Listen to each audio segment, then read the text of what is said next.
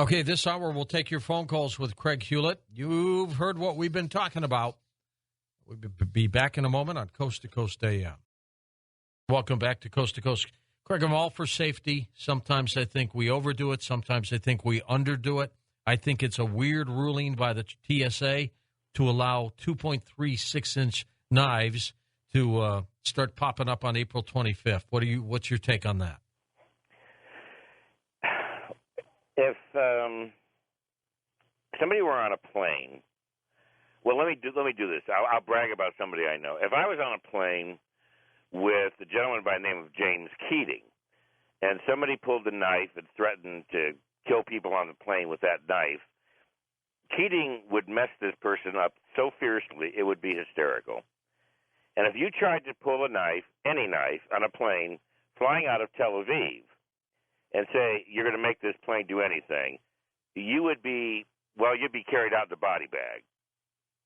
But we don't have that on our planes. We don't have the James we get on a plane, we are told that we're the threat. We're the threat. We're not allowed to protect ourselves. Self-defense is no longer a criteria in America for owning a gun or a knife. Now, how that plays out in the marketplace and the people that are anti-gun, I think when you want to understand why people are anti-gun, most people that are anti-gun, they're fairly irrational, and they do make up a pretty common kind of group of people. The same people that don't believe anybody should own a gun tend to be the same people that worry about minute details of the climate change, and they're worried about their temperature. They're always taking their temperature. They're worried about the air, that they might get sick. They don't smoke cigarettes too close to me. But coincidentally, being environmentalists, they very rarely go out into the wilds because being out and living in the wilderness, there's a lot of things that can make you sick and cause you problems, including bears. So I live out in the wilderness. I live in an ancient rainforest where there are bears and cougars right next door. We rarely see environmentalists come out here and do anything in a campsite. They stay at the lodge. All right, but what's your take on those knives? Look, James Keating, if he wanted to take over a plane, he wouldn't need a knife. In his bare hands, he could do so much damage, it would be incredible. I don't think very many people would mess with him. But if I were allowed to fly in the plane and carry a gun or a knife on the plane, and somebody tried to take over the plane, I would be compelled to take him out. Not just to defend myself, but the people on the plane. Right. They're telling you and I that we can't defend ourselves and other people that are victims, about to be victims, on a plane. So they disarm us. That will never disarm the criminal element. They will always find a way to get out of the plane and do whatever it is they choose to do anyways. So you're basically saying, okay, let them take the 2.36-inch knife on a plane. Sure. What harm could it do? Because, you could take a plastic spoon, and if you're well enough trained, you could do the same damage. The problem is do we have the right, you and I, and if I'm sitting in a flight going to Denver and I'm getting ready to do your television show and there's a little girl sitting next to me and a little boy on the other side, and somebody intends to do them harm, they're taking away my right to defend these victims. Uh-huh. But you'll never stop somebody who would victimize people. You'll never stop them from bringing something on the plane that could do harm. So basically what you're saying is if that person wants to do something on a plane, they're going to smuggle something in one way or another. You know what? And like I said, bring up James Keating. Go look him up on the Internet. I love this guy. I will do that. It's a comedy skit because he could go into a hotel. When I brought him in to train my clients, everything in the hotel, anything that's not nailed down, is a weapon. He could turn it into a weapon. Exactly. And if you have any classical training in the martial field, and it's just a truism. Most of the weapons that you could hurt people with are already on the plane. They're with you on the plane. They might be. That's true. Well, we shall see how that all unfolds. Let's take some calls here, Craig. You ready? I'm ready. To Tom in Riverside, California. Welcome to the program, Tom. Go ahead. Hi, George and Craig. It's a good program tonight, real good. I've got. I kind of disagree with the premise that North Korea is so bad, and Iran. I feel that they're getting a bad rap from an entity that we have said that is world government. I mean, we really, the United States, not the people, but the government now has taken over a lot of those responsibilities. They are really representing world government. And I think we got our psychology mixed up. It keeps going back and forth. We're like a person that likes to identify with being a Christian for the hour that they're sitting in church on Sunday. But as soon as they get out of church, well, they would be embarrassed if they were talking with somebody at the bar, on Friday evening. A lot of people would, and they would say, well, that's not me. But then, on church on Sunday, then they're a different person. We're having trouble realizing that if this is happening, if we are world government, then we've got to realize, that these things are going on. That China is not the threat. Russia is not the threat. Well, I don't think they're the threat, but let me go back to you for a second here, Tom. I hit the button and clipped you off. You still with us? Yeah. Okay, good. They're not the threat, but let me ask Craig about North Korea. Craig, I mean, there's no question this Kim Jong-un, the son, doesn't seem to be right in the head. He is far worse than his father. There's no question about it. And international relations scholars have been discussing that at length. I think what the guy is trying to say, what was your name again? That's Tom in Riverside. Tom. Okay, Tom, I understand what you're saying. Let me see if I can put it differently so me and George can get our minds around it. I think what you're saying is that if our government is so culpable in being behind the dissolution of American sovereignty and taking control of this global regime that we know is being brought about by machinations primarily out of the White House, out of our own government and our own corporate system, why are we viewing China and North Korea and Iran in the light that they want us to? You think we're playing along with it. And my argument would be this. That hasn't happened yet. This thing isn't locked down. Washington, Obama, Jeb Bush in the future, they have not won yet. And America still is a sovereign nation with American people, and we do have responsibilities to people like the Japanese people that they don't get wiped out by a crazy Korean with one silly nuclear weapon and a Scud missile. If it lands right, it could do a hell of a lot of damage. So all we're saying is that we're accepting the reality that, yes, there is a world government coming. There is a world entity. A global regime of economic interdependence is its name. It's a very real entity, but it isn't here yet, and that doesn't mean all other threats are false threats or they're on the right side, that we should be looking at them as being victims right along with us as a sovereign nation. It doesn't work that simple.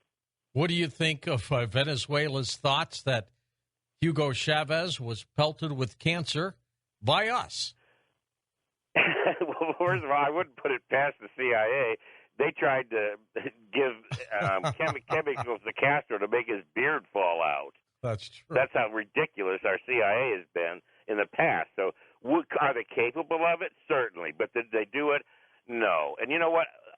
There's a lot of disagreement about these broader aspects of what we're talking about. You can't play this game black and white. That's the way the government wants us to think, is in black and white.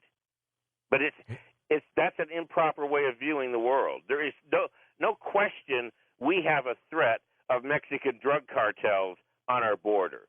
And there's no question that part of that threat is in existence because pharmaceuticals, American pharmaceuticals, are supplying the precursor chemicals to make the drugs to bring into this country. So there's, nothing's black and white. The gray areas are always where you're going to find the truth and the only place you can rest your feet. Let's go out to Lynn in Utah. Welcome to the program, Lynn. You're on with Craig Hulet. Go ahead. Hi. I totally agree. And I have one statement to make. All right. I think that President Obama needs to be impeached along with everybody in that White House. Because give me a specific. Why do you want him impeached?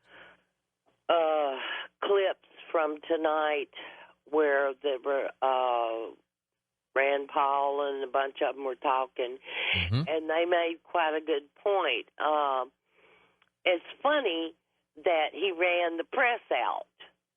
You know, he didn't want it. And then somebody spoke out in the Republican Party, I forget his name, said that, I forget his name, but anyway, he asked him a question, and he came back with some stupid answer. Well, why do you want him impeached, though, Lyd? Just for running out the press and the media? I mean, there's something bigger than that, right? Fire him. For what? Well, he's lying to the American people. He's bringing this country to disaster. Well, now give me. We're all sitting on our. Well, not me, but Lynn, are you listening to me? Give me an example, though. Tell me why you want him impeached. Because he's a liar. And listen, when I was 6 years old, I knew where Eisenhower and all those people came from. Have you heard of anybody that is his schoolmates? I'm telling you this. We talked about this a few years ago. It became a non-issue. Nobody wanted to raise the question. They let it simply slip by. But if you want to impeach a standing president, you can't simply say he's a liar. You got to have the proof to back it up. Greg, you agree? I agree. Impeachment is a legal procedure. Bill Clinton was impeached, you understand. Yes, he just wasn't convicted. He wasn't convicted. And sentenced any further. They didn't go any further. But he was impeached. I believe Obama should be impeached for his belief in his taking action in the area of extrajudicial assassinations and saying that he has the right to kill an American citizen without due process. I think he's made it abundantly clear that he stands by this position, and that is an impeachable argument.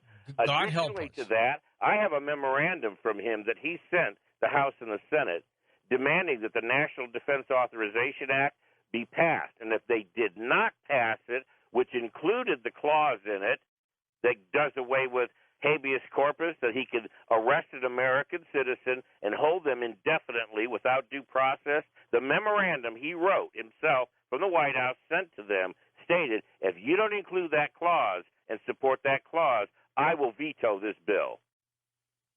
I believe he is beginning to supply sufficient evidence that is impeachable. Yes, I do. Is anybody going to legally stand up and say, this is wrong? No, interestingly enough, the one person that did stand up, remarkably, was Bob Woodward, and he said basically, there's like a madness here all of a sudden. And then he got hammered by the White House and threatened, and a lot of people think, because people, brouhahaed over and just said, "Oh, Bob Woodward, you're off the map here."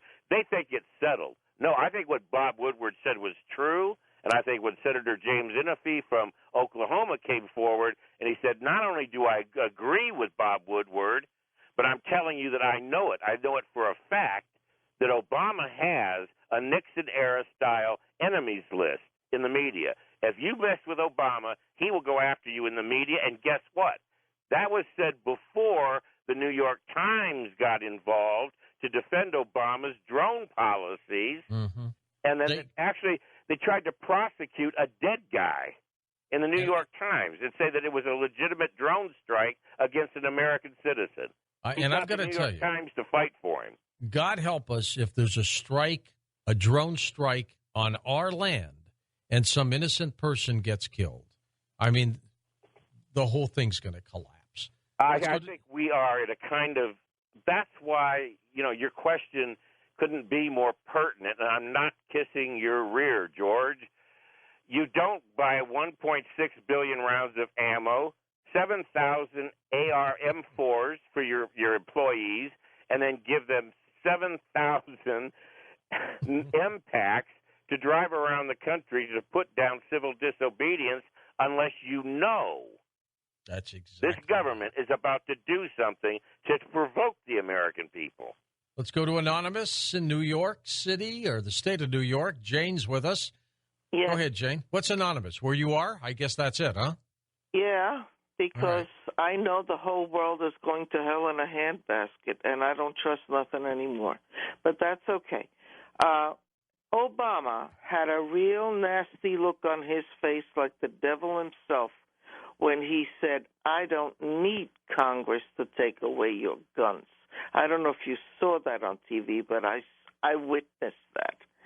But I want to get to your statement, George, because I listen to your show every day. Thank you. And when you said, what would stop somebody from jumping off a bridge? Because even yesterday when I heard that geoengineering guy, that blew my mind. But I'll tell you this for your listeners: do not jump off a bridge, because there is life ahead of us. Okay, and I don't care if everything looks like the government is taking over and they're playing with the weather and they're going to kill you and they're coming to get you. See, I'm a real Christian, okay? And I really do believe in my God. If you're a real Christian, you know him, okay? And I know him. He's done miracles for me. He has provided for me. I've never, okay, no matter what crisis I have ever faced, I read my Bible. I'm 40 years into it, and he never says to start storing stuff and doing this and doing that. You rely on him, which I firmly do. So I'm not busy worrying about what I'm going to be doing or what's going to be happening. I know one thing. He's coming back, and he's surely around the corner. And his word says he is going to destroy them that destroyed this earth. He loves his creation. And I will just die preaching what I know. And that's what I know. Let me tell you something. You may be right about a lot of things, but if and when he comes back, I wonder what kind of planet he's going to come back to. We're going to take this quick break. We're going to come back in just a moment with final phone calls with Craig Hulet, the author of The Hydra of Carnage, and his website, CraigBHulet.com, is simply linked up for you at coasttocoastam.com. And those of you on hold from the state of Washington, Texas, Louisiana, and California, and all over the place, just hang with us. Skype callers will get to you, too, on Coast to Coast AM. Hey, by the way, if you're an Android user, the next day or two could be the day you've been waiting for. I can't tell you much, but I'll tell you soon. That's all I'm going to say. On our next Coast to Coast program, of course, it'll be Friday night into Saturday morning, and that means those very special open lines. We're going to come back in a moment with Craig Hulet and take final phone calls here on Coast to Coast AM. And welcome back to Coast. We're with Craig Hulet. We're taking your phone calls as well. Tell me a little bit more, Craig, about facial recognition technology. I don't think it's very perfected at all, is it? What I'm seeing coming out at this point is that, yeah, actually it's more effective than any of us had any ideas. There's an article that I've just – actually, there's like 4 articles in a new paper I'm posting on my website tonight.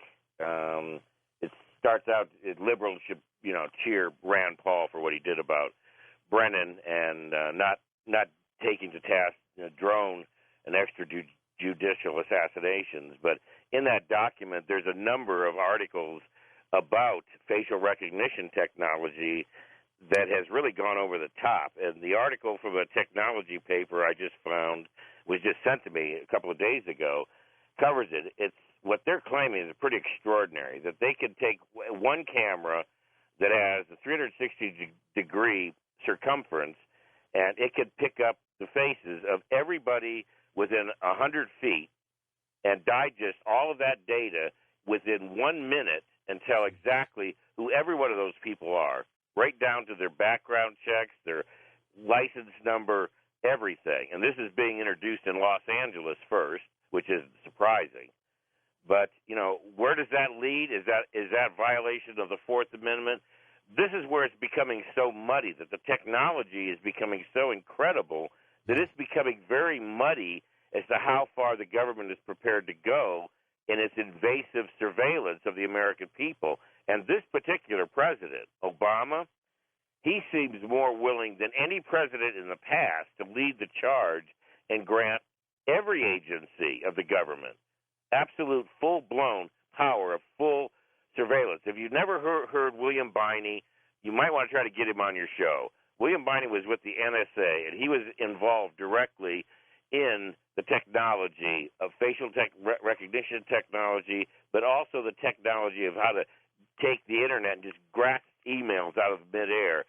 And he said that in his development of it, he became a whistleblower because he's already come forward and said every single email, every single keystroke on a computer, everything you've said on a cell phone is already in the NSA hard drive. They're collecting it right now on every single person in America. And interesting enough, he's one of 6 whistleblowers that have been attacked and threatened with indictments by the Obama administration. That's 6 more whistleblowers being indicted, trying to be indicted by the White House than in the history of America. One of them has already gone to jail. The guy that brought torture to the limelight. He's going to jail, not the torturers, the whistleblower. And Obama goes after whistleblowers more vociferously than anybody. Well, and you know what it does? It makes other whistleblowers shut up, doesn't it? And I think we're going to see a different Obama. I think what the congressman from Oklahoma said, I think what Bob Woodward said, they're closest to him. They're seeing the physical manifestations. They're seeing that look on his face, the behavior, his attitude, his indifference. And now he's feeling his power. He's got 4 years, and he's going to go after guns. And he feels he can't be stopped. But at the same time, we're going to see a different Obama. But I have to tell you, I think we're also going to start seeing the convoluted beliefs that he holds. On the one hand, he says, we've got to take away guns from the American people. All guns, take them away. No American should have the right to have a gun because if it protects one child, it's worth it. It's worth it. Yeah. It's worth it. Yet, he directs, every morning, he directs another drone to fire another missile at innocent civilians in foreign lands. 4,700 are dead already. He's completely indifferent to his willful acts of assassination and his belief that he has an extrajudicial right to kill Americans without due process if they fall within his prerogative, that he says this person is a person of interest. He's an enemy of the state. I have the right as Obama to kill him with a missile. But you and I must be disarmed so we can save that one child. But the bottom line, Craig, is they're not going to be able to disarm us. They're going to try, but I don't think it's going to happen. Do you? No, I don't. Well, you know what? If they try, I guess that's what really matters, because then what he's trying to do in a very serious sense, which may be a reason to look at his mental stability, is start a civil war. If he thinks he could go in and ex post facto law, if he could go in, take guns that are already owned legitimately by law-abiding citizens, millions of them, and go in and take those guns from them for no other reason than that he has the power to do so. If he could do that through ex post facto law, which is illegal law, which is unconstitutional, what does he expect except a civil war? We shall see. Jim in Peyton, Colorado, Skype caller. You're on with us. Go ahead, Jimmy. Hello, George. Hey, thanks for holding. George, I like your guest there, but I think he's wrong about our military turning and picking up guns against the American people. They did some mustering out of 1,000 men, and they asked them. They said, if you were given the ability to kill your next door neighbor and eat them, and what would you do? Would you kill your next door neighbor, or would you defend the Constitution? 30% said they would kill their next door neighbor. 70% said they wouldn't. Yeah, that's still high. When I was in the military, your guest a minute ago too said that that the way that we need to get rid of a rogue government like this is we already have the power. Every state has a governor. Well, that's going to be an interesting thing, Jim. I don't know. Part of me, Craig, thinks that our military would not turn on Americans, but when ordered, who knows what would happen? When ordered, let me ask the caller, have you ever been in the military? All right, let me get him back here. He was in a tin can. You still there, Jim? He's gone. Well, if he's never been in the military, then he's missed the point entirely. You're painting a patriotic face on the military that is not always justifiable. It only takes 30% of the military to achieve any serious objective. And like I said, a lot of people join the all-volunteer Army because it's an entry-level job. General Westmoreland and I hate to use the word we were friends. Let's put it this way. We were colleagues, and we worked together for a long time on Persian Gulf 1 while he was still alive. And he told me that a draft army was the finest army he's ever seen deployed, a full draft army where you drafted PhDs, you drafted doctors, lawyers, professors, you drafted everybody. And he said, out of that mix of people, you're the finest military in the world. When you go to an all-draft army, you've reduced the Army to an entry-level job, and people who could make more money doing almost anything would prefer to do something else. That's true. So don't tell me that you understand that the United States Army would never turn on the American people, and I'll tell you something else. Even if you believe that, it's your belief system. I don't trust your belief system. Let's go to David, Houston, Texas. Go ahead, David. Welcome to the program. I agree with Craig that our government is about to do something drastic to provoke the Americans. And what concerns me is the vagueness of our government and some of the statements that the president has made, such as tax the rich, which ended up being everyone that was not on welfare. And I'm worried about what the definition of terrorist is going to turn out to be, Well, we have an indication. The Homeland Security did issue a domestic terrorism paper, and it's on my website, and you should give it a read because it includes looking at people that harbor supplies of foodstuffs and water. They stockpile guns.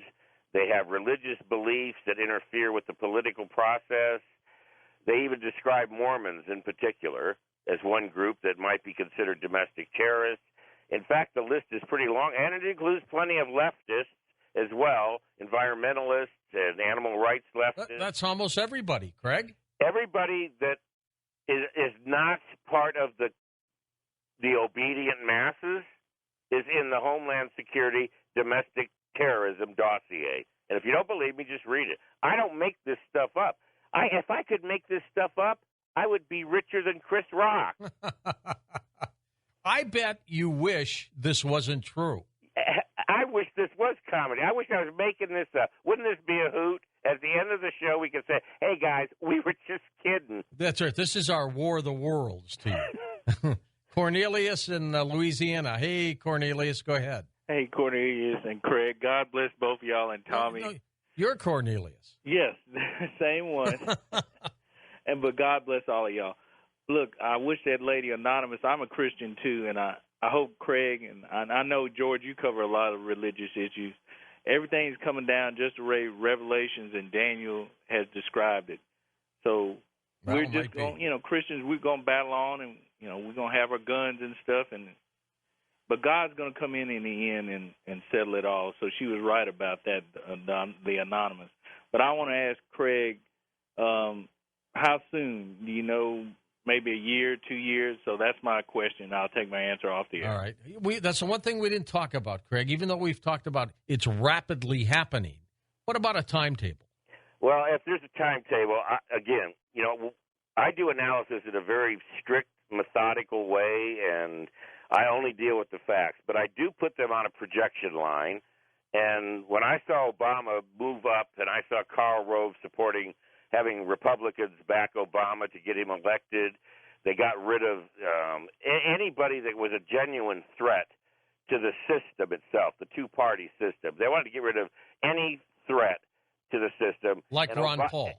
Like Ron Paul, and who was the Democrat? Jim, they even made me forget his name. The guy that was anti-Wall Street. They disgraced him. But when I saw the machinations in that election that put Obama in the White House, I could tell that what they were really concerned about is there's no way they could allow Hillary Clinton to win. So she was manipulated out of the race, and Obama just happened to end up the winner. It didn't really matter who won as long as certain other guys didn't win, and no way could Hillary win. I knew right then that what was going to happen to Obama was he was going to get blamed for everything that George Bush Jr. did. But at the same time, he would be easily co-opted by Wall Street and the banking system and the military-industrial complex because he has no genuine political background. He has to surround himself with power brokers from the banking industry and Wall Street like no president in the past. More bankers surround this man than any president in the past. That's because he lacks power. That also then tells me he's taking orders. And the orders are, take this country down this road. You'll be blamed for everything. Obama, you're going to be blamed by the American people for everything that's wrong. And they will be then ready for somebody to ride in on a white horse and come to the rescue of the United States of America. And I'm telling you, they're grooming Jeb Bush. I'm going to look at it. You know, you're going to be on many times before that. But if he gets the nomination, I'm going to say, Mr. Hulet, this is getting really too close. Alex. It's going to be a little creepy then, huh? Alex in Forestville, California. First-time caller. Go ahead, Alex. Well, you know, I was thinking of this acquisition by the Department of Homeland Defense with first the bullets. I thought, well, you know, they can't take away the guns. They'll take away the bullets. And then they got these tanks. So I'm thinking that it's probably because there's an economic crisis coming, a devaluation of the dollar and hyperinflation. And one more thing. Can I take a box cutter on a plane now? No, that you will not be allowed to take. It's only a knife that's 2.36 inches long and a half an inch wide.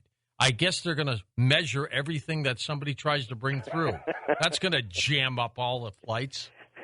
And this was supposed to help create efficiency so they could look for bombs. My gosh. I was 3 hours delayed from L.A. to Denver last week, 2 hours delayed going from Denver to St. Louis, and that was just normal weather problems. What's going to happen when they start looking into the bags all over again? He does bring up a good point, though. There is going to be inflation. There cannot not be inflation. There's got to be. Eventually it's going to pop. Go up. There is going to be an economic slide. There will be another bubble bursting. This is going to continue to happen because it's the will of Wall Street to see that this happens so they can redistribute the wealth of this country into the hands that they think will take the global regime further down the road. Now, these things are true. This isn't my supposition. This is my life's work. So they are going to cause an economic malaise. And they're bundling up these mortgages just like they did it before. Exactly, because nobody's putting any of the bankers in jail, you noticed. No banker's going to jail for the greatest theft in American history. $43 trillion in American taxpayers' dollars have been stolen from the American people and are in offshore accounts, according to the Levy Institute. Not Craig Hulet, the Levy Institute, one of the most respected economic institutions in the country. And not one banker has gone to jail. In fact, they're getting promoted. And getting bonuses. So, yeah, there's an economic collapse coming. There's a lot of problems coming. And, yeah, Homeland Security is preparing for it. But first and foremost, they're preparing for Americans to say, you're not getting my gun. Not at all. Craig, the Hydra of Carnage still available? I don't have very many copies left, but I think I'm being convinced by some people to turn it into a Kindle book, I guess it's called. Yep. Put it on an e-book. Yep. Put it right up. I think I'm going to go that route. Well, you might as well. And then I'll tell you a big secret you're not supposed to know and I'm not supposed to tell. I have a new book coming out. See? I just found the manuscript accidentally. I was stumbling around. It's been missing for about 8 years. I put it to bed because of 9/11. And I said, I'm not going to publish this book. I have to do the Hydra because of 9/11.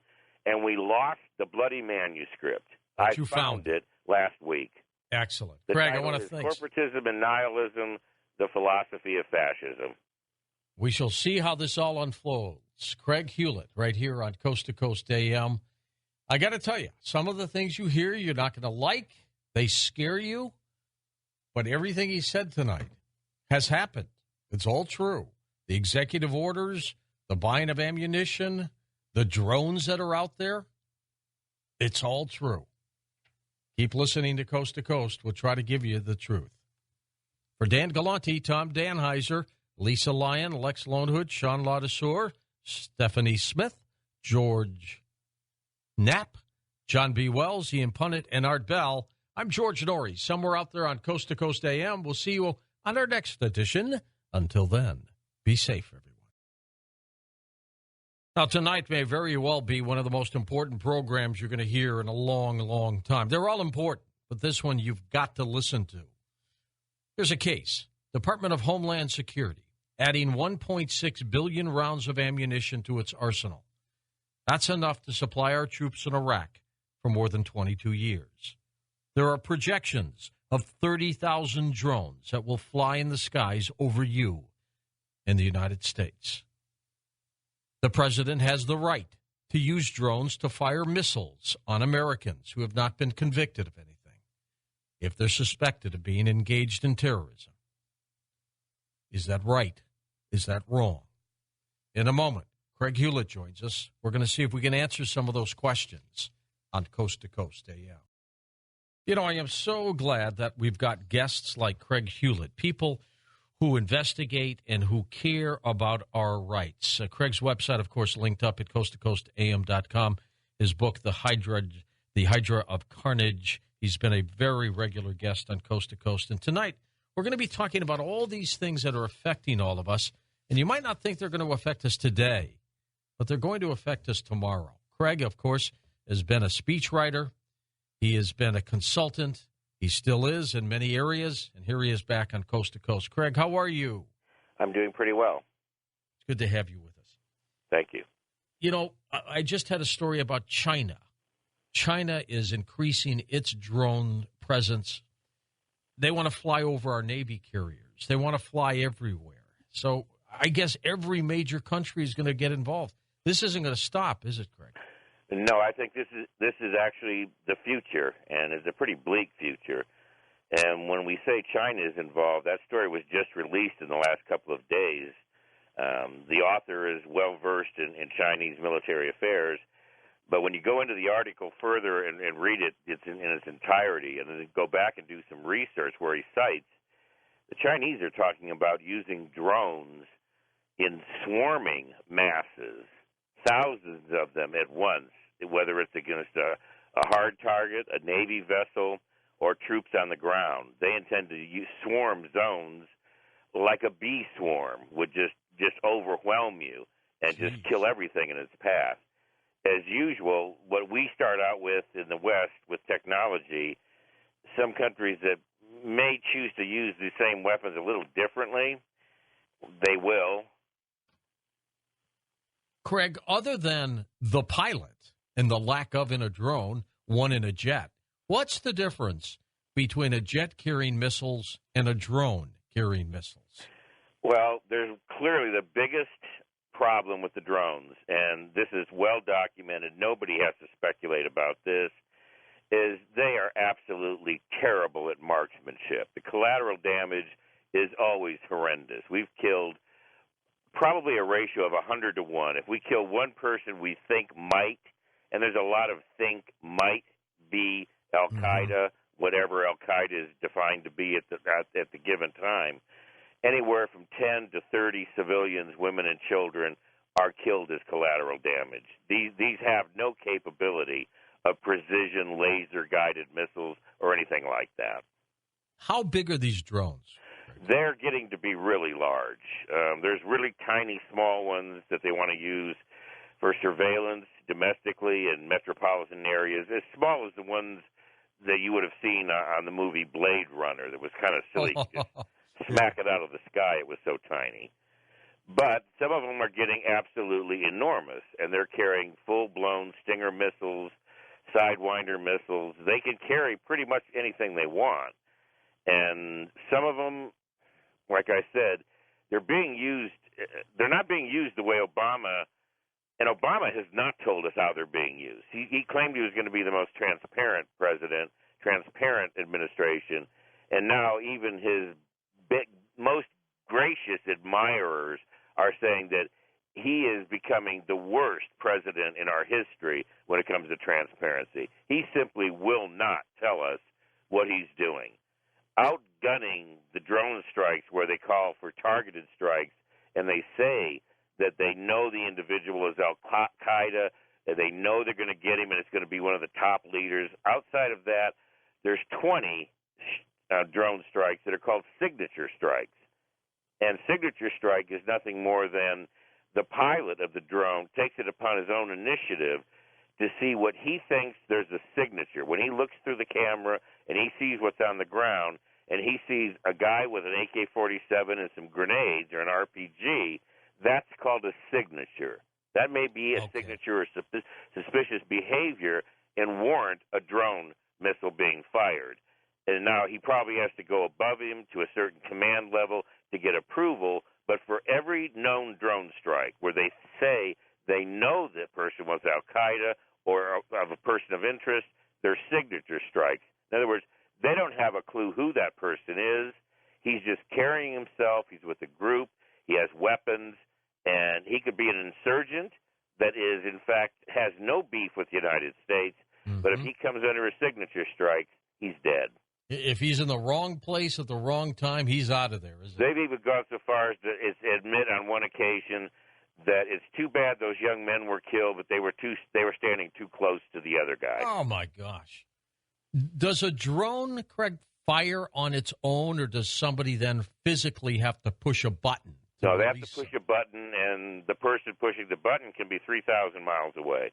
Most of them are closer than that. Obama's goal in the drone wars, and this is purely his goal, I don't think Bush got far enough into it to have such goals, is to have 3,500 drone bases throughout the entire world, including here domestically, and the pilots of those drones would be as close as 1,500 miles or less, just across the border, like in Sudan, going into Libya, Nigeria. We're going to have drones everywhere, and they're also dirt cheap. Well, that's true. Now, who makes them? Are they made here in this country? Yeah, the competition to make drones is absolutely astounding. Everybody's making drones. I think I'm going to start making drones. Oh, my gosh, you're right. They're cheap. They're easy. The technology is a sweep. It's absolutely the easiest thing in the world, and the contractors are just scrambling over the Pentagon to get contracts. They're just big remote control planes, aren't they? Yeah, I was doing a show once, and a guy called in. He got kind of upset with me because we were talking about drones, and he said, "I don't get what you guys are all upset about. I've been flying a drone for 10 years. It's like a little helicopter. I got a lot of fun. My kids like it. We're having fun." Yeah. I had to stop him and say, "We're not talking about toys." That's right. But the technology, yes, it's been here a very long time. Yeah, this is based on RC plane technology, yes. Isn't it? Yes, it's simple unmanned vehicle technology, UAV technology. It's common. It's been around 20 years, but never has anything like this been suggested. And I'll tell you something. There was a document discovered in Libya. It was actually discovered in Syria, but it was regarding what was going on in Libya, and it was written by a Yemeni. And the Yemen individual, they say is part of Al-Qaeda. I don't know. They're calling him a military affairs expert. But he's a terrorist in our language. But he wrote a 2-page document, translated out of Arabic into English, and he explains how to escape drones, how not to be hit by drones. But this man, who most people would call him arrogantly a camel jockey, somebody with, no ties to great Western thinking, he understood perfectly well why the military was going to drones. Is we're running out of personnel. We're overworking the U.S. military beyond their capacity. We're taking too many casualties, and the American people won't tolerate it. We're also going to end up having women in combat roles because of Leon Panetta. He looked at all of those different aspects the way I would look at aspects to do analysis, and he came up with they're going to use drones because it's cheaper, it's easier, it's more acceptable to the American people, and guess what? The most beautiful aspect, he hit it right on the head. He got it before I did. We can look like we pulled out of Afghanistan and Iraq and never leave town. He's absolutely right. Absolutely right. All you need is a handful of drones. Every troop can leave, and we can just keep doing what we need to do. We just keep on killing. How are these drones fueled, Craig? How do they fire? What's their propulsion system? Most of them are aerodynamic. They have prop blades.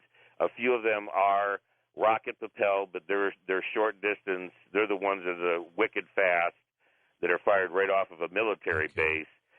In other words, they would be at a military base where we're occupying someplace in Iraq. It might be at a Bahrain base, and it's used directly for assault purposes. Those are the big, fast ones that carry a lot of weapons. A lot of them are prop-driven, and they can poke around in the air for hours and hours. They can hover. They can stop. They can sit right on top of your house and listen to your phone conversation. You wouldn't even know it was there. You might not even hear it. Now, is it fueled with jet fuel, or are they electric? I know they're both electric and jet fuel, but I suspect there's a lot of in-between and in-betwixt that I'm not familiar with. The technology is so varied right now. There's so many people making them. I'm not sure what the real normative is for the propulsion on them. Craig, I want to talk about drones that we have in warfare outside of the country, and then we're going to get into what's going on in this country. Plus, we'll talk about Homeland Security buying up so much ammunition. You sent us that story a few weeks ago, and thank you for that, by the way. You found it before anybody else did. The drones that we're using outside of the United States, would one say, you know what, this is war, whether we agree with war or not, and this is smart technology? How do we answer that? Well, that's a tough one. I just did a show on a station nationwide that I've never done before. It's the first time the audience had ever heard me, so some people got very angry at me. And one gentleman called in, and he had a fairly heavy accent. I'm not sure if he was from a foreign country or from America. Mm-hmm. But that is pretty much his argument. He said, I like Obama. I'm a liberal hawk. I approve of what he's doing. I think his use of drones is appropriate. I think we should be using them more. And his argument was, look, if we're at war with terrorism, and that's what it is, the war on terrorism, and terrorists can be identified culturally as this group of people in this country, then why not kill them all with drones? And how do you answer that? Well, I'm not a pacifist. I've been to war. I was a soldier. I've been to war. I've been in combat. An awful lot of guys I know that have been in combat, they pretty much don't approve of it as a standard way of solving problems. Once you've been there and looked down the business end of a weapon, you realize that if we haven't achieved a better way to solve our problems, this is pretty pitiful. But the problem I have is strictly from the standpoint, this is the United States of America. We have a Constitution, and we claim to be a country of moral excellence. So when we start going to war and killing 20 times the number of civilians versus the enemy that we cannot really identify, that's right, because we're just fighting individuals that are throwing bombs at us, and we call them terrorists, that's not a very good identifier. When we went to war with Germany, it was pretty clear that it was no holds barred. If we didn't defeat Germany, Germany would defeat us. But, when you start talking about using drones and weapons like we've been using, 500-pound bunker busters, laser-guided missiles, and we've spent 10 years pounding the Afghani people into the ground. And we're actually claiming we're winning this war. We're not only not winning, the reason we're going to drones is because we can't sustain this level of warfare any longer. But who made America this righteous order of power that we have the right under our own domestic laws to go wipe out thousands and upon thousands of people to retaliate for a domestic terrorist attack that we have yet to prove who did it or who was behind it? You know, the rules of engagement, Craig, have changed. Obviously, you're right. During World War II, you knew who the Germans were. You knew who the Nazis were. They were those guys with swastikas on their arms, and they were wearing uniforms. They were clearly, rules of engagement in war. It all changed. Let me tell you when I think it changed for us here. March of 2003, we march into Iraq, and we are just flabbergasted that we're not confronted by Saddam Hussein's troops. I mean, we just literally marched into the country, and we took over. What those people did, all those soldiers that Saddam Hussein had, and he had some tough ones, they took off their uniforms, and they mingled with the crowd. And then a few months later, when we thought, hey, this was easy, they started fighting back. They started, jumping Americans, soldiers, journalists, cutting off heads. All that started to happen. The rules of engagement, they changed. And all those soldiers, I believe, that were part of Saddam's army simply became part of the citizenry. Do you think that's right? In fact, I know you're right. You've actually quoted almost a full chapter on guerrilla warfare in the book, The Hydra of Carnage, I wrote before we actually invaded Iraq. I wrote that that's what would happen. Saddam would never stand and fight a conventional army. He would tell all of his troops to do exactly what Mao refers to as go swim with the fishes. And it worked. And it you worked. know what? You dress up in civilian clothing. You remove all of your anything that even looks military disappears. It goes into bunkers. And I refer to it as we're creating an international guerrilla war on a level never perceived by even Che Guevara. Well, and what's so amazing about all of this, too, is if we were invaded by foreign troops, for whatever reason, every American who has a gun would become a soldier. And you know what? We would do exactly what those Iraqis did to try to get us out of their country. We would do the same thing, wouldn't we? We would do it absolutely without question. In fact, I would be one of the first ones that I would feel obligated to, because my MOS is 45J20. I was trained at Aberdeen Proving Grounds in weapons. I would be obligated to train other people in the use of them and the tactics necessary. And you're right. That's one of the reasons Japan didn't invade the United States during Pearl Harbor. An admiral was asked that specific question. You had us on our knees. You were already taking out the entire 7th Fleet. Why didn't you invade the United States? And if I remember the quote exactly, he said, because behind every bush, an American has a rifle. That's exactly right. And people seem to forget that.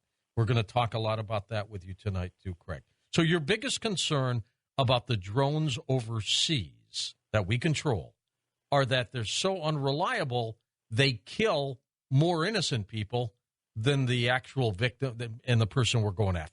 Yes, and Forbes magazine is now, even Forbes is starting to ask, we need a dialogue, because we now know that we've killed 47,000 civilians with drones. Oh, my God.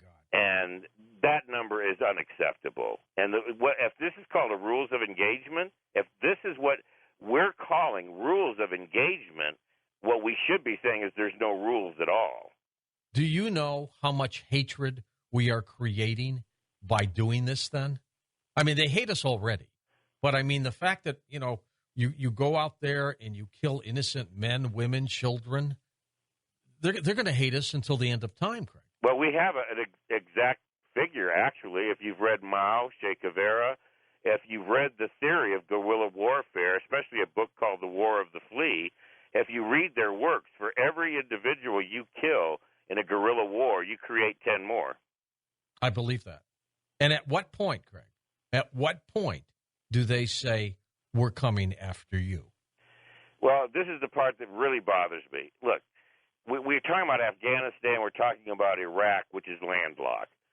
And I keep hearing this theory that the Muslims have this unified hatred of the West, and under Islamic law, they're going to rise up, invade the United States, kill all the Christians, and establish a Muslim hierarchy on U.S. soil. And I just start scratching my head saying, they don't have a navy.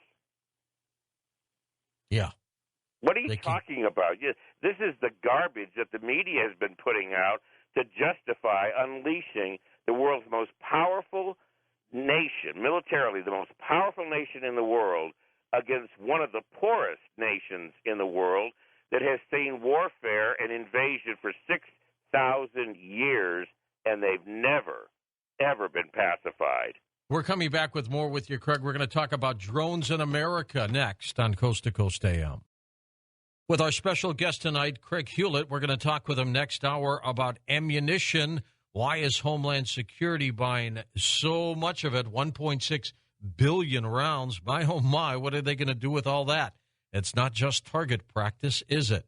When we come back, we'll talk about drones over America as well.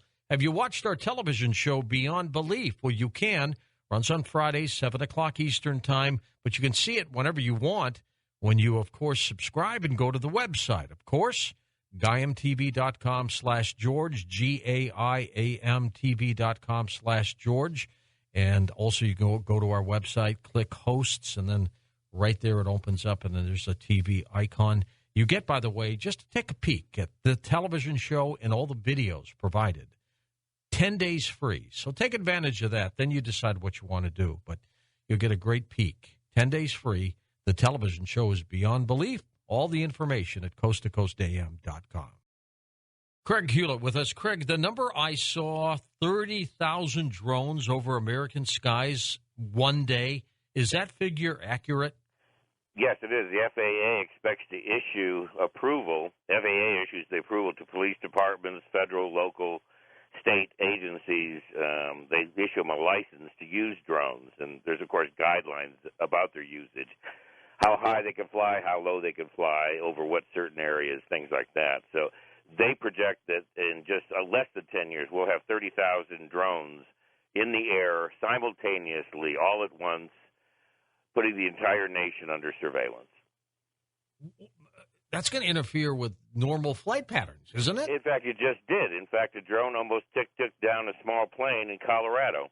Oh, my gosh. And that was the first instance of a drone interfering in legitimate airspace. The American people really, if all you do is pay attention to Fox News and CNN, and the only newspaper you read is your local daily newspaper, you will literally have no idea what's going on. No. The drones are already in the air in 11 major cities. Seattle was the first city, almost, right around the corner from where I live. And one of the interesting things that happened is when the police chief and the mayor showed up to introduce the project to a town meeting, it was almost immediately swarmed by anti-drone activists saying that this can't happen. ACLU was there. Everybody was there. So, what you said earlier during that commercial break, if you don't at least maintain a positive sense that as long as you and I are still here and we have a voice and we're allowed to be heard, there's no reason to give up. There's no reason to throw in the towel or even be pessimistic. I think everything that's happening is one of those things about living in exciting times. I wouldn't want to live in a time of absolute peace with no discord. I want to be here to try to set things straight for my grandchildren. I don't want to leave it up to them. I agree with you, Craig. I mean, this is a battle, but you know what? That's what life is. It's a battle. And you know what? Why should we walk away from it? In North Dakota, they just used a drone to help arrest a guy because he took a bunch of cattle that wandered onto his property, and he wasn't going to release the cattle because he said in the Dakotas he had it in his head that 99% of the law of ownership is if I'm in possession of them, so I'm not giving the cows back. So to arrest him and his family, they're all armed. They're in North Dakota. These are ranchers. They refused to give up the cows. So when the SWAT team showed up, they brought a drone in. And, of course, these people were taken down violently. Nobody was killed, but they were violently taken out, arrested, all of them family members, guns confiscated. And I guess the cows ended up somewhere with the state. But the answer for why they used a drone, even though there was no warrant, there was no judge involved, there was no indictment, there was nothing like that issued to use of the drone, they gave the classic answer that we're going to hear in the future. So get ready for the answer. The drone was deployed to secure the safety of the SWAT team. Right. Exactly. I mean, in the old days, they would have had a police helicopter go down there. That's going to go by the wayside, isn't it? That's going to go by the wayside. But whether or not these are going to be armed, well, Seattle was the first city to be authorized by the FAA last year. They were authorized in October to begin using drones. And they're openly saying this is for surveillance of the city for criminal activity. If there's a car chase, we'll use the drone. If there's a gang shooting or there's a murder, that's where the drone will be deployed. What they're not telling you is that the police chief already has asked, is there any way to arm our drones with 12 gauges? Jeez. With 12 gauges? The idea that they're going to be used in a benevolent sense is foolish by any standard, and it's foolish by the rule of law. If the technology exists to kill something, it will be used. And what if some guy, Greg, is not involved in a bank robbery, is not involved in any crime at all, yet he sees a drone chasing him, and he runs away, as most people probably would do. And this drone then, with the guy at the button, says, that's got to be him. Let's take him out. Well, in many cases, running away from a police officer that is trying to speak to you, period, is considered an act of guilt ipso facto. So to think that they wouldn't use drones, well, let's just go back a minute here. Do you think they would have, after we heard the release tapes of the San Bernardino County Sheriff's Department, do you think they would have used an armed drone on Dorner? Absolutely. Don't think they wouldn't. We heard the tapes from the Sheriff's Department openly saying he's in the building, he's in the basement, burn the damn house down. I'm surprised they didn't. Maybe they did. Who knows? Who knows? I mean, it's just it's happening so fast. And here's the question to you: drones, red light cameras. Next hour, we'll get into this ammunition buy. Why does it seem like it's happening so fast? It's like they feel like they've run out of time. I mean, all this is happening at the same time. I've never seen a time period where so many things were happening, and it's just one after another. Why? Well, I know a lot of people are going to say it doesn't seem like that to me because they're not well informed enough. You've been at it for too many years. I've been at it for almost 40, and you're absolutely right. The pace of change in the rule of law, the change against the infringement in all 10 articles of the Bill of Rights has accelerated so fast that it takes – I'm working harder now to put out data than I've ever worked in 35 years of producing written analysis on these kinds of issues. I'm putting out a 40-page document every day almost, and I'm falling behind. So is it moving faster? Without question. And I'm spoiled rotten. I'll have to admit to you, I do a lot of shows where I'm a regular. The hosts know me well. The listeners know me. They know my approach to things. But now I'm starting to do, because this is accelerating, and they're asking for more analysis, I'm asked to do shows around the country that have never heard me before. And, you know, I'm getting people actually saying, name one article in the Bill of Rights that's been infringed upon.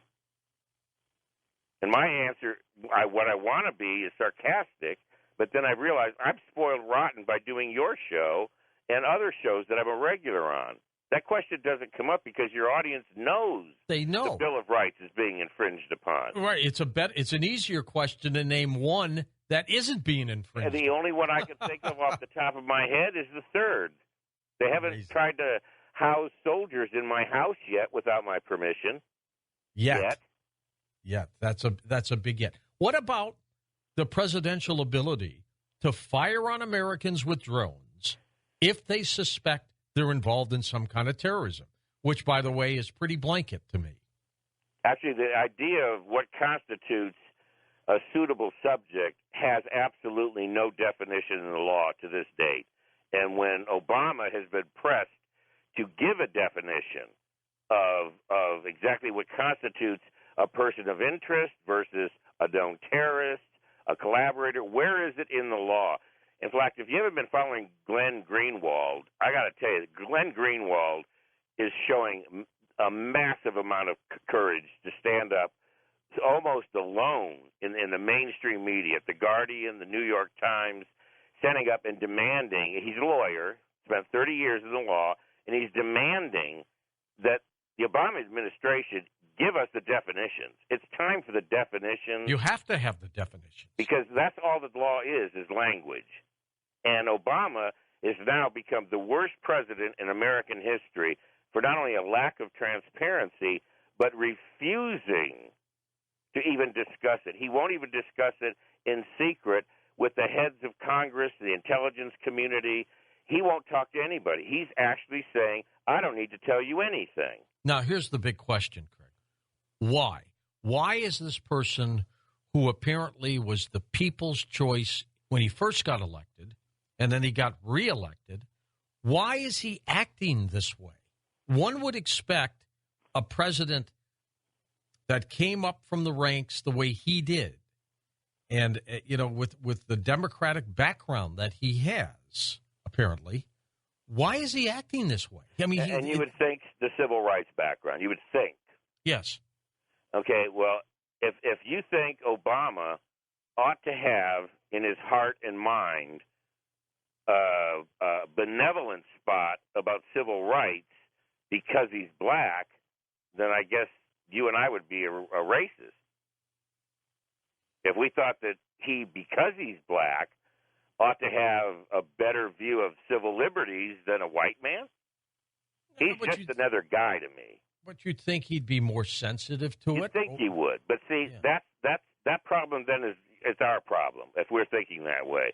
Bob Woodward just remarked in a new book that he's coming out with that Obama is showing a kind of madness I haven't seen in a long time. And this is the Bob Woodward who took down a Republican president, Richard Nixon. Exactly. And he's also has stated that he was a very senior White House person, warned him that he was going to regret saying that. Yeah. He's been threatened. It makes you just wonder who these elected people are and who do they represent? Well, that's the question. Who do they represent? Because I've never believed the president in a very long time, since FDR, maybe the last president that could have, should have, would have, could have, was Jack Kennedy and Bobby Kennedy. I think they would have truly represented the country as a president with the knowledge and the capability, the experience, and the will to lead. I think those were the last statesmen this country ever saw. And look what happened to them. Look, we've had Bill Clinton, which was a mockery, and we've had George Bush Jr., which was an embarrassment. When Obama got elected, all I said was, I know exactly what he's going to do by the numbers, and it's not going to surprise me that he sells the country out. I don't know why you think he's special because he's black and he's from Chicago. If you look at his background, he climbed the ladder through some of the most insidious routes. He didn't climb the ladder of politics whiskey clean here.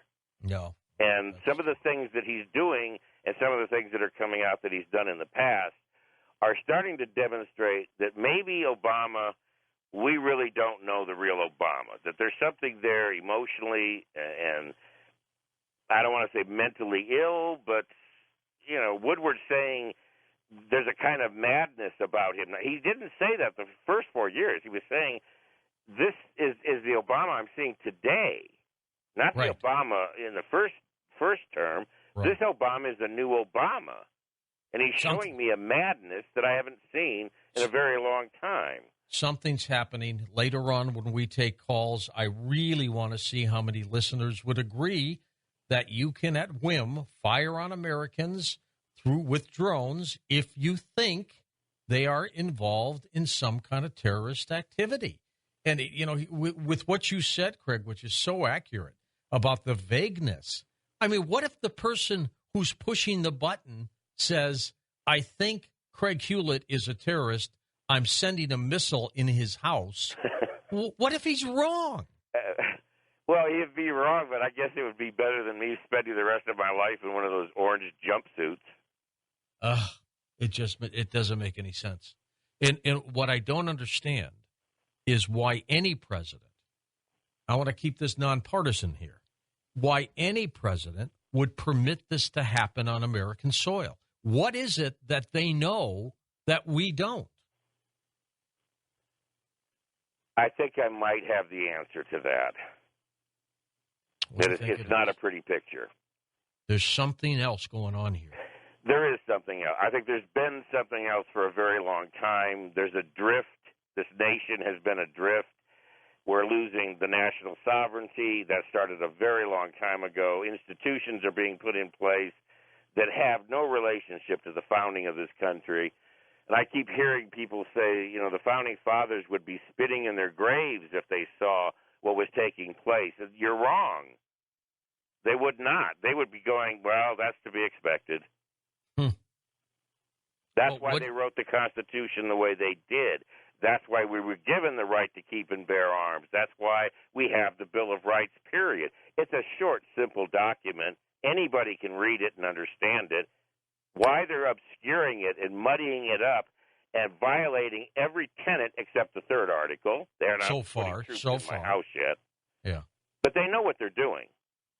We know what they're doing. Those of us that do this as for a living, we know there's something behind it. This isn't, look, FDR said nothing happens in government by accident. Exactly. Nothing. Exactly. This wasn't a whim. There wasn't a decision, hey, we've got these drones and they can be armed with missiles, and if we think that so-and-so is, with the confiding with the enemy, let's fire on him. No, there's something bigger here. There's a picture here unfolding, and it's a scary picture, isn't it? Well, I'm one of those odd people. When I was in the military, I had this. I have a different nature about when things like this start happening.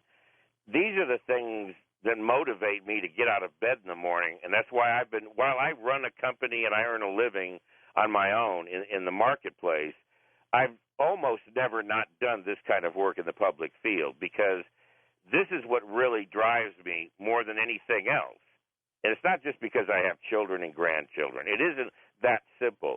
It's because this country really was founded by a group of men. Yes, I understand that they were mostly white men and they allowed slavery. Can we not go over it? They created a constitution that allowed the country to get rid of those unacceptable traditional attributes.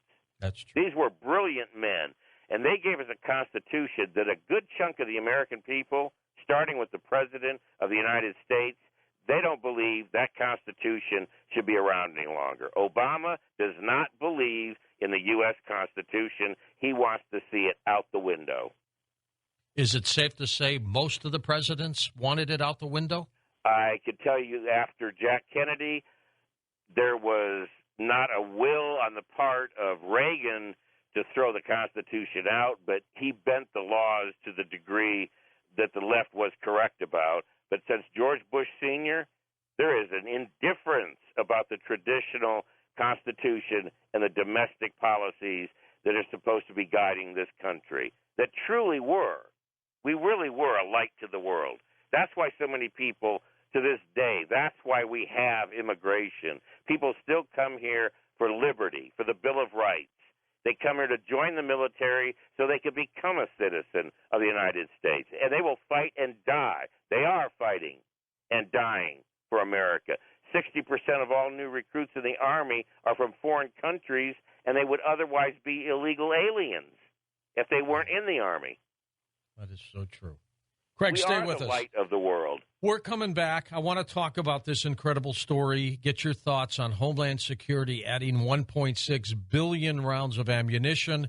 And later on, we will open up the phone lines. I want you to talk with us. I want you to ask Craig questions. I want to get your views on all of this. We're going to do a Facebook poll, too, by the way. So go ahead and follow us there. Lex will have it posted shortly about how you feel about drones being able to fire on Americans at a whim. We'll be back. Now, in addition to the 1.6 billion rounds of ammunition that Homeland Security is purchasing, how about 2,700 armored personnel carriers built for combat? What the heck do they want to do with all of that? I'm going to check in with Craig. We'll talk more about this. Look, the phones are ringing off the hook. We'll take calls next hour. So don't keep ringing now. You'll not get picked up. Back in a moment on Coast to Coast AM. And welcome back to Coast. Craig Hulet with us, and we're going to talk now about Homeland Security. We will take your calls tonight with Craig, but don't waste your time now making the calls. I've got far too many things I want to chat with him about as well. Craig, first of all, let's move on. We've talked about the drones, and I'm sure we'll have many questions on that when we take calls. Explain something to me. I'm a gun owner as well. Hollow point 9mm ammo. That's pretty darn devastating, isn't it? Yes, and 40 caliber as well. Specifically, those two rounds are the most used rounds in local law enforcement. So the fact that the Department of Homeland Security is moving, apparently, and very vociferously, they're moving into local law enforcement and creating a network between federal, state, and law enforcement agencies.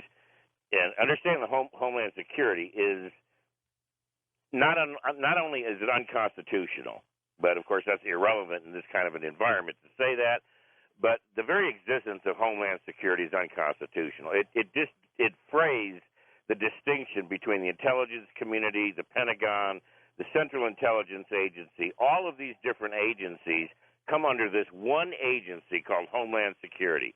When I was a consultant with ATF&E, it was ATF&E of the Treasury Department. That's right. It then got moved from the Treasury Department to the Justice Department. Now it's been moved from the Justice Department to still having the name Justice in it. It's now ATF&E, Justice Department, Homeland Security. All of these different agencies, including the CIA, answers to Homeland Security, who answers only to the President of the United States. Now, all of this is unconstitutional. Does Homeland Security have their own armed members, I guess? Yes. People who are, they do. Okay. Yes, they do. There's no question they do. I've got videotapes of them. They have their own SRT teams. They're stationed in every city. Every major metropolitan city in the last 20 years has developed what are called fusion centers. A fusion center is the facility that houses all the different agencies working under that umbrella. In other words, Homeland Security is at the top. Everybody else in the state, from the state, the fire department, FEMA, from the federal government, the Forest Service, Border Patrol, Customs, all of it comes in under this building right alongside FBI, the local sheriff's department, and the state patrol. That's the fusion center. And every place has one fully manned and operational right now in your city, whether you know it or not.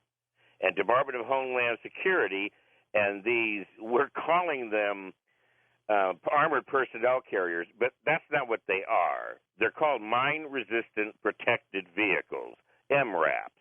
These vehicles are coming right out of the Marines and the United States Army. They're being purchased here by Homeland Security. They're decommissioned in Iraq and Afghanistan, washed, cleaned up, and painted, slapped Homeland Security on the side of them, and now they've got 2,700 of them. And where are they going to be based? In this country? In this country, all of them. In different fusion centers in every state, in every major metropolitan area, and all along the borders of the coastlines.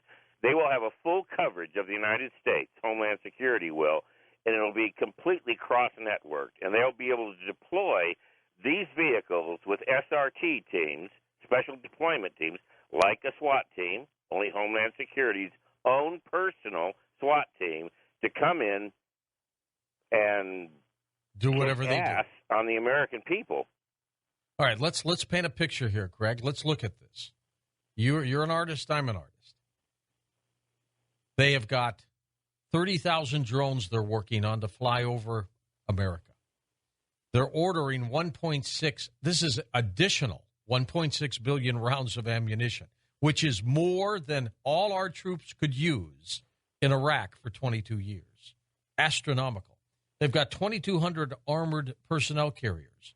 God knows what they might already have now. If you looked at all these things, this scenario, one would have to assume they are being prepared for some major conflict within this country. Am I right? You are absolutely correct. There's one other item missing on our menu.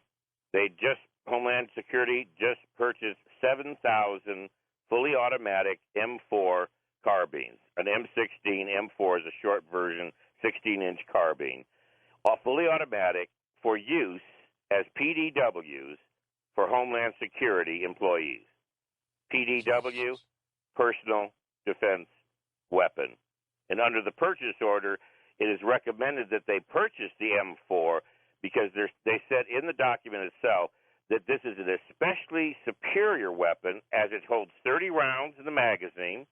Its 16-inch barrel makes it very maneuverable in a confined space, so it's perfect for home defense against any intruders, which is precisely the argument that Joe Biden turned on its head and said, we need to take those M4s away from the American people, and you people need to go out and get yourself a double-barreled shotgun. While we have the assault we arm ourselves with M4s.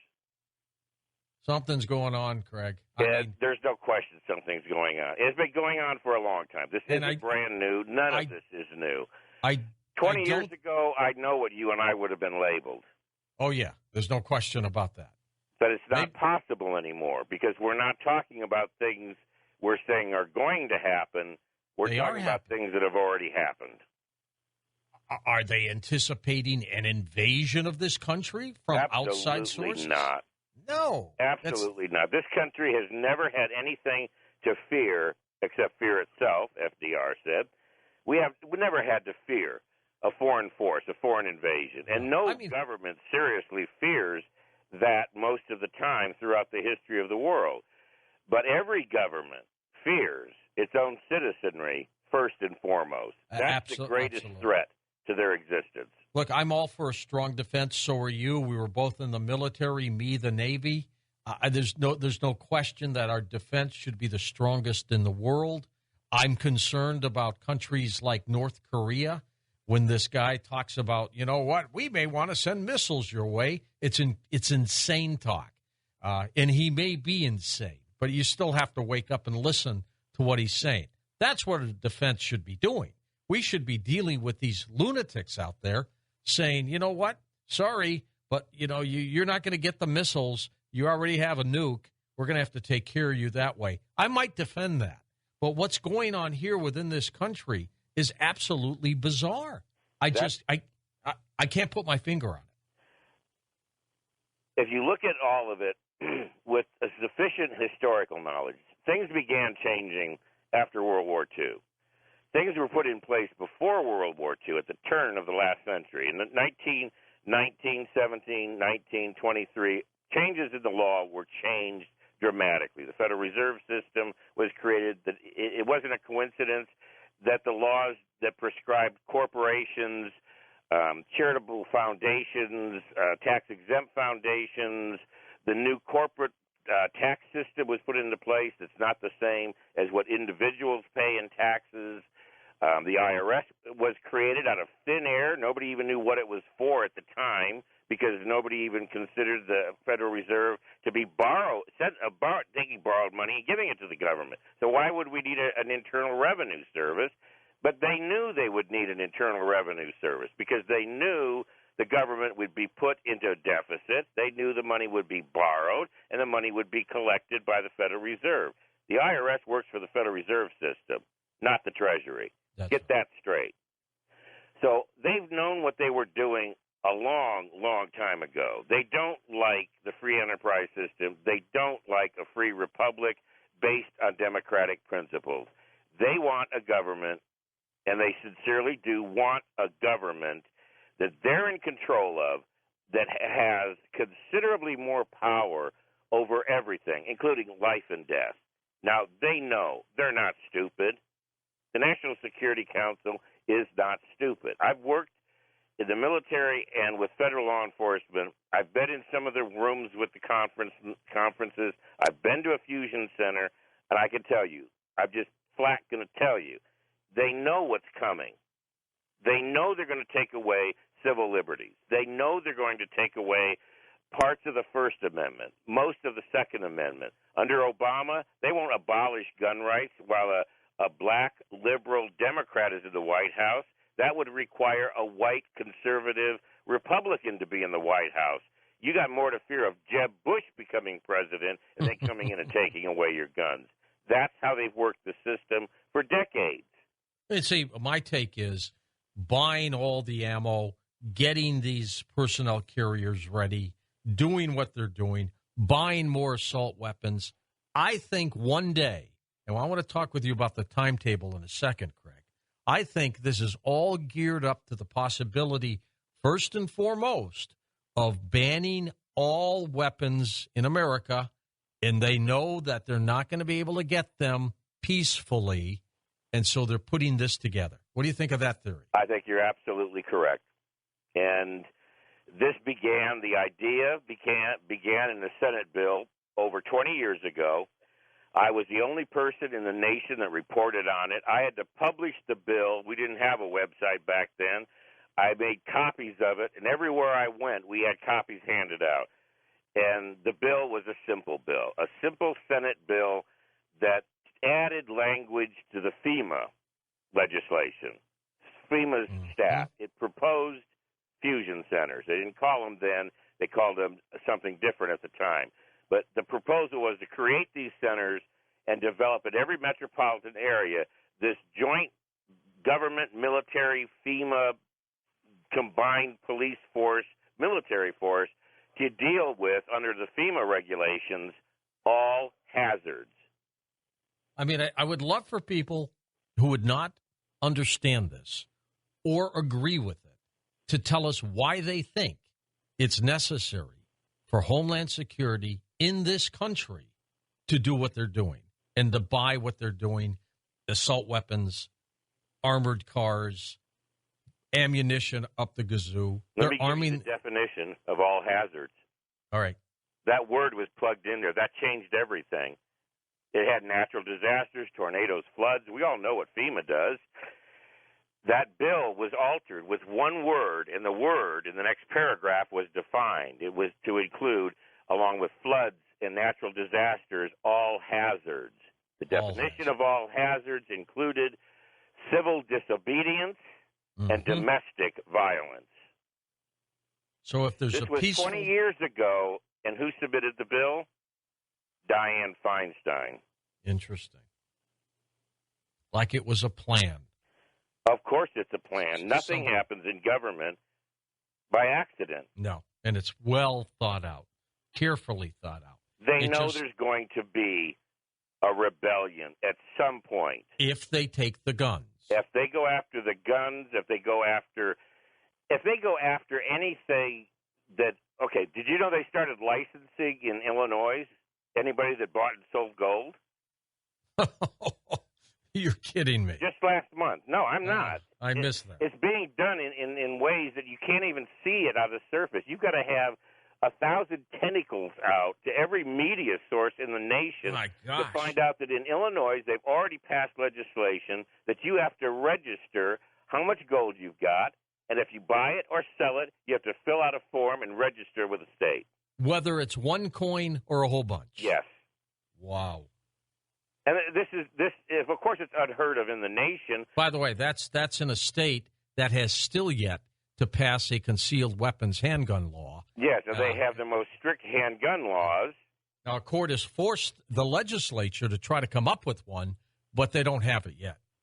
No, they've got it's a killing ground in Chicago. They've got the strictest gun laws in the nation, and it's called a killing ground. Yeah, absolutely. But like you said, none of this like I said, the fusion centers were created 20 years ago. They weren't called fusion centers. They had a long gobbledygook name under the Feinstein Amendment. It's not a coincidence that it was Dianne Feinstein who submits every single year. Every year she submits the exact same legislation that she's already submitted, and it's already passed committee, to ban 2,000 different semi-automatic, they're not automatic, semi-automatic firearms. And really the big difference for people who don't understand weaponry, a semi-automatic, you have to squeeze the trigger like you would a pistol or a handgun. You squeeze it, and the ammo comes out. An automatic, you just hold it down once, right? Correct. And it'll empty the magazine. It'll empty the magazine. But here's the whole point of the Second Amendment. So people don't call in and start asking, why would anybody need to have such a rifle? I've got a whole house full of weapons, and I have an FFL. I train people in firearms. I'm a firearms instructor. I have been forever. The Founding Fathers gave us the Second Amendment, and it said, the militia was mentioned in there because it was obviously they didn't have a national army or a police force. Right. That's all they knew then. So they knew that, and so they called it a militia. That means every able-bodied man could be called up by the state, and so they said, you have to bring your gun. You have to have a gun. You have to bring your gun. So if this country is invaded or there's an uprising, we can call out the militia, bring your own gun. And it was understood. In 1776, you brought your musket, your smooth-bore, brown Bess musket. In 1865, you'd bring your Henry rifle, which carries 14 rounds in 44-40 or 45 Colt, lever action. In 21st century, you called up the militia. You're supposed to come with your M4, your M16 semi-automatic rifle, the same weapon issued to the military, because that's what the Second Amendment is for the American people to be able to defend their homes against intrusion by the federal government. And that's what the sheriffs are for. If you come into this county or the counties in Oregon or the counties in Utah, the sheriffs have already gotten together and said if the federal government tries to come in and enforce a Second Amendment grab of all these firearms that Feinstein wants prohibited, you're going to have to go through the sheriffs, because we're going to call up the militia, the citizenry of our county, and we will outnumber you 1,000 to 1. Craig, is this all being done under the guise of terrorism, that we're going to get hit by more 9/11 type episodes, and this time we need to be prepared?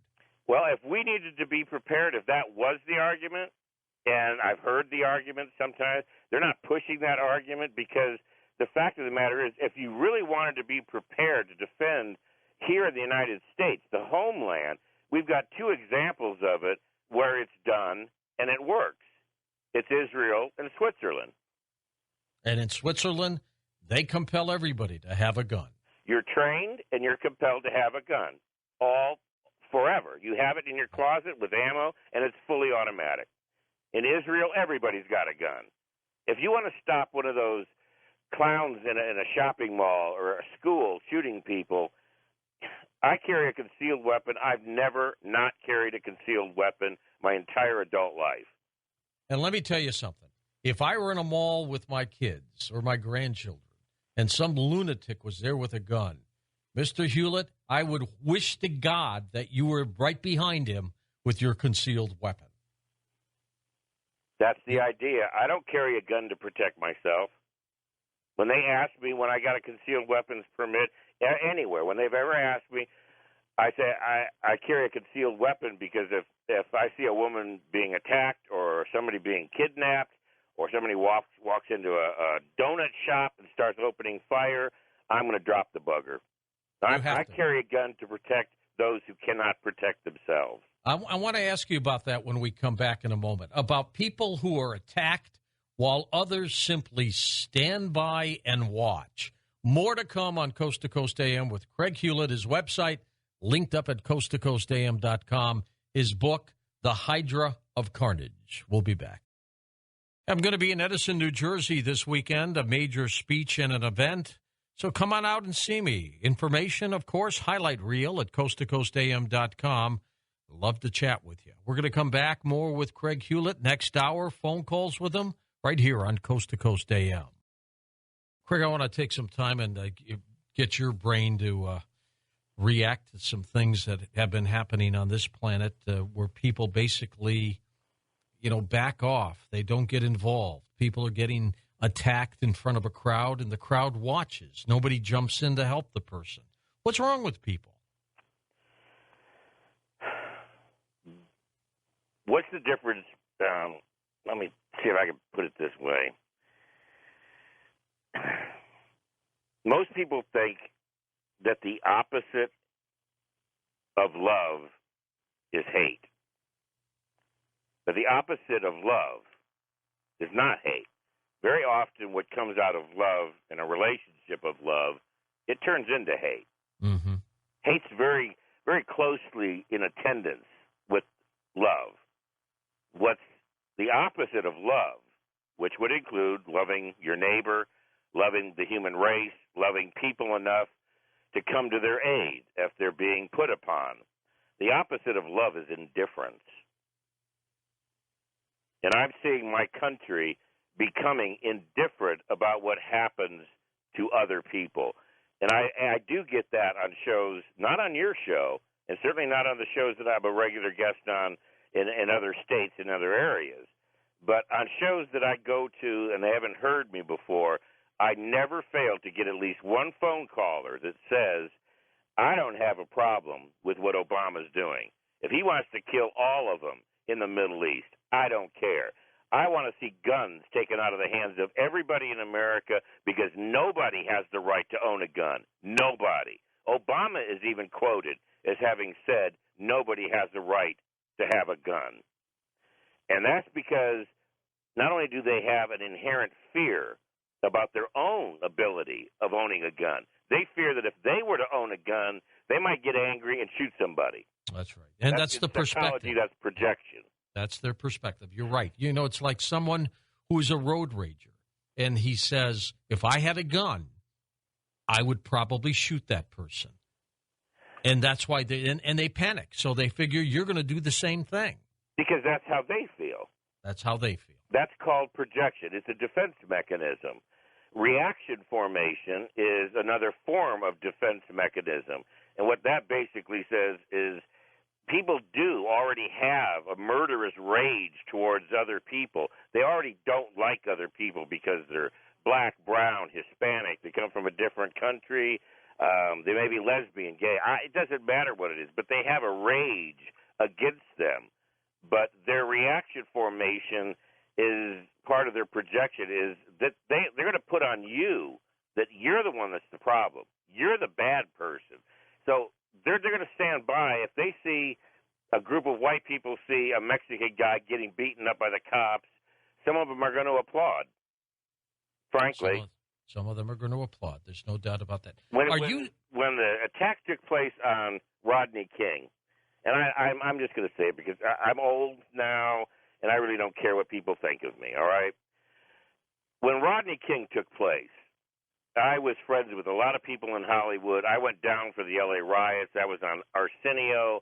I was all over the place. And I said something when I was much younger and probably a little too aggressive in my nature at the time. But I said if I'd seen those cops beating that man, I wouldn't care whether he was black, Hispanic, or a crackhead. What those cops were doing at that time to that man, I would have walked down and I would have intervened. And I would have said, you either stop or you're going to have to take me on. Mm-hmm. But how many people would do that?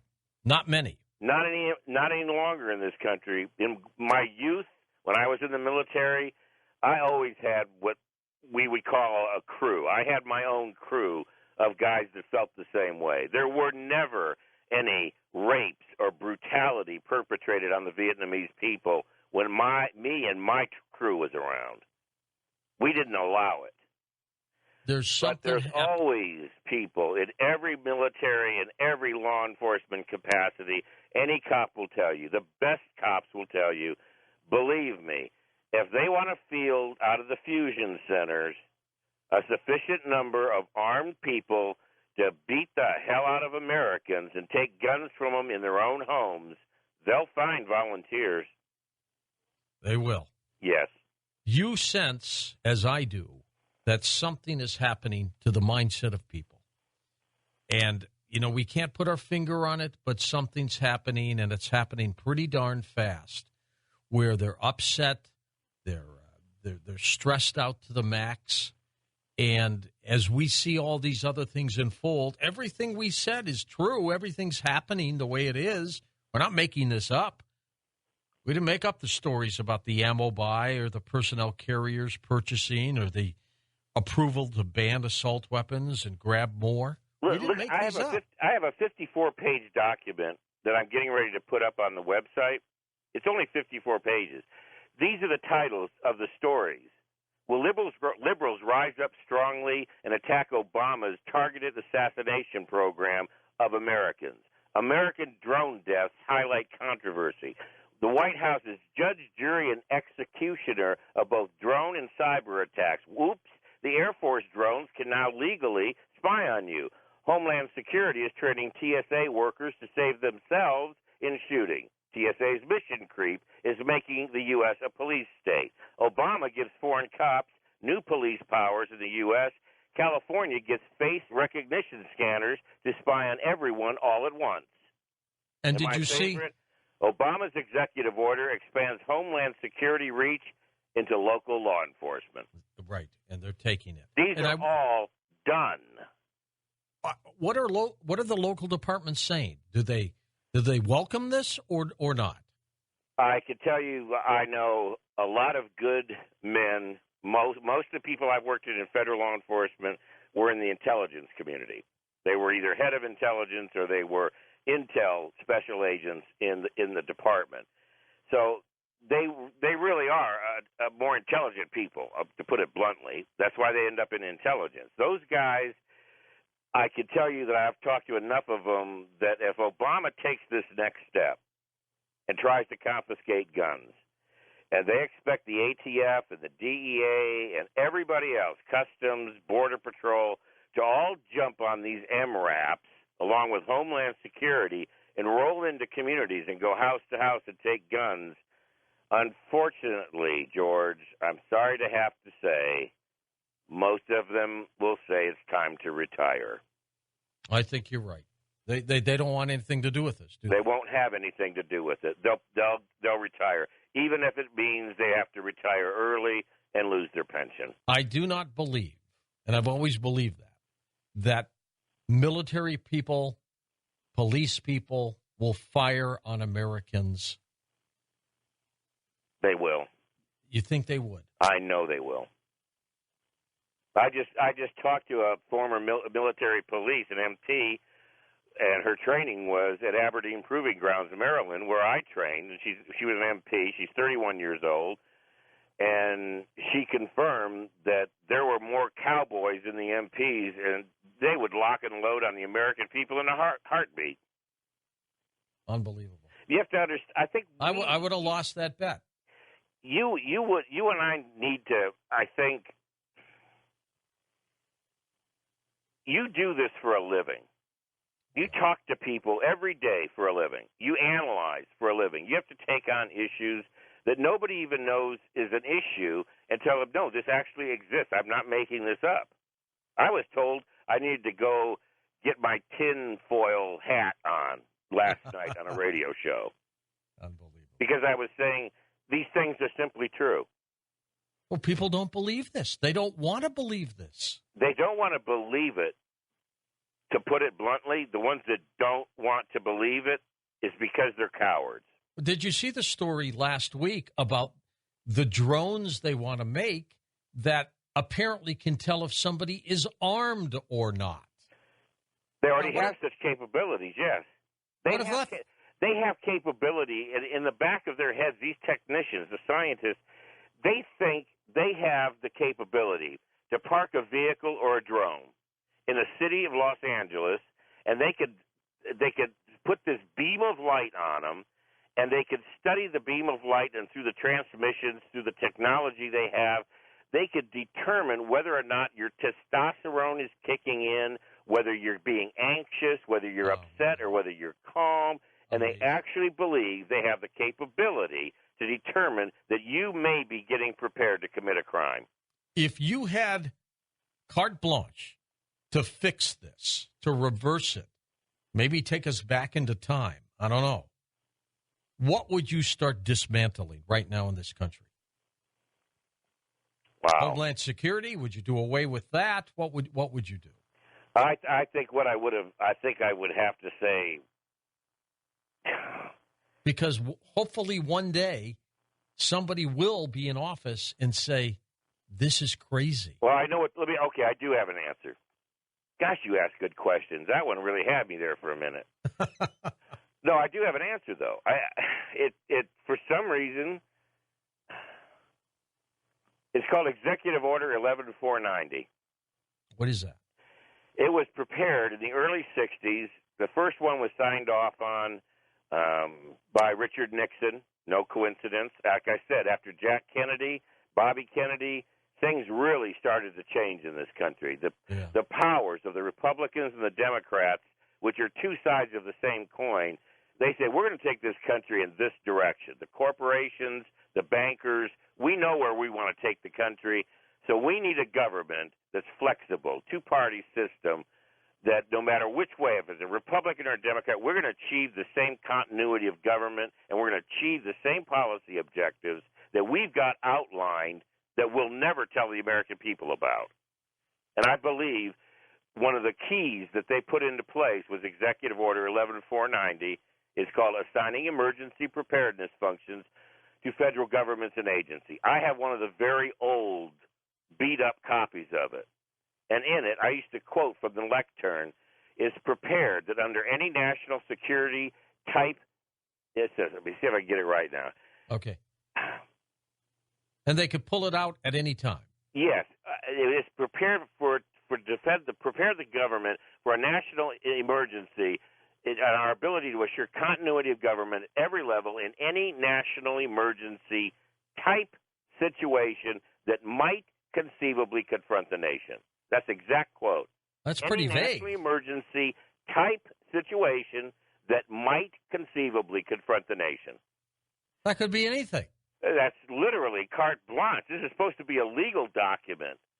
A grade school kid could write a better legal document. This says that anything that happens that we're uncomfortable with, we can institute this FEMA emergency, and it's a complete takeover of the United States government. Every agency of the government, the state, Treasury, Justice Department, Post Office, Interior, Agriculture, everything is taken over by FEMA.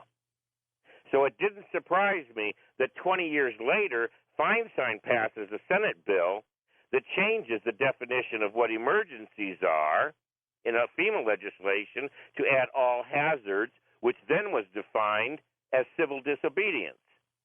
Somebody knows the American people are not going to tolerate where this government, Republican, Democrat, liberal, and conservative, black, white, I don't care who's in office, those people inside the Beltway,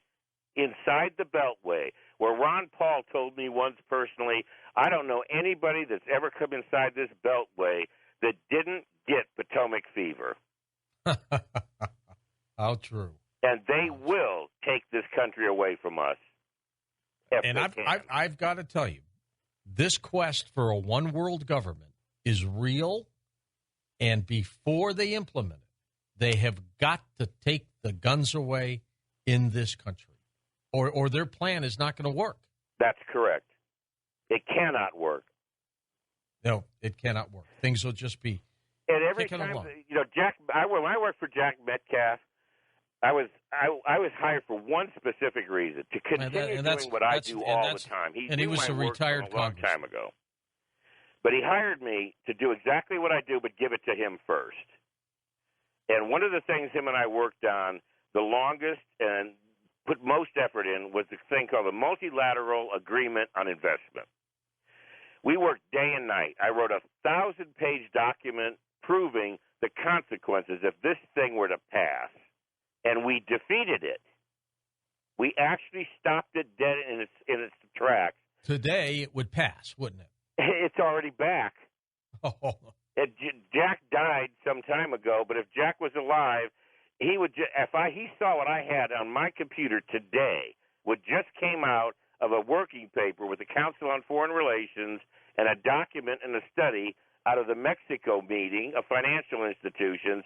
They've come right back and they said what this world needs is a multilateral agreement on investments. And here we go.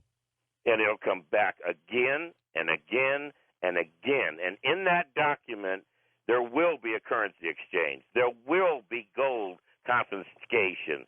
And this emergency power, Executive Order 11490, is signed off on and updated every single year by every single president ongoing. Obama just signed off on it in July of 2012. Every president signs off on it. Okay, so for people who are listening tonight ready to jump off a bridge, what do we tell them? How do we keep them from jumping, Craig? Have the courage not to jump. To start with, this happens throughout history. It's never not been part of human history. There's always going to be people with tremendous power and wealth, and they don't intend to share it. And they intend for you to do as you're told and not get in their way. And you're certainly not going to get in their way with guns and threaten to overthrow that government, no matter how corrupt or vicious it gets. But the government we're getting has a name. It does have a name. It's called corporatism. It's the corporations in a mix with the federal government working to protect the monopoly corporations. Right. They hate free enterprise. They want nothing short of corporatism or corporazone. That's where the largest corporations work hand in glove with the federal government and the banking industry and everything that matters, every single thing that matters, from bread to food to guns to the money you hold in your wallet, whether it's a Federal Reserve note or a gold coin, they have control of it. They have absolute control of every single thing. This executive order is meant to confirm that. And they must be petrified that we're going to stop it. I think right now they're more petrified than ever, and that's why we're seeing the escalation. Yes. The speed with which they're taking things down is because the Internet, shows like yours, the Internet, the very idea of technology, that these documents, I used to have to print them out at a copy shop and hand them out at a lecture in Los Angeles and then do it again in Denver. Do you have any idea how much this information that I've had for 30 years, I'm putting out in a PDF file almost every day on my website, and boom, it's shot all over the country, all over the world. Sure is. By the way, speaking of Denver, we tape our television shows there. I'd love for you to be on Beyond Belief. I'll have Tom call you, and we'll work that out. That'd be sweet, wouldn't it? We'll get you up there. We'll get you up there for a little weekend in Denver, Mr. Hulet.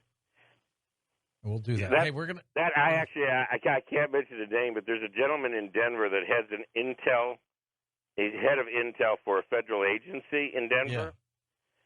Yeah. And it's an unlikely federal agency, but he asked me recently to just build him a custom M4 AR-15 in 6.5 Creedmoor. God, you do that too? A custom carbine. You build those? Yeah, and he's a cop, federal agent.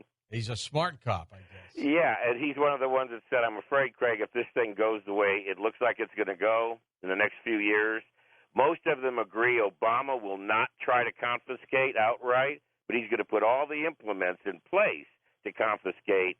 And then here comes Jeb Bush into the White House, Jeb Bush with that sweet country smile. Is that your prediction? He's going to win in 2016? Yes. Ah, interesting. Craig, we're going to come back and take phone calls with you. Woo, what a night on Coast to Coast AM.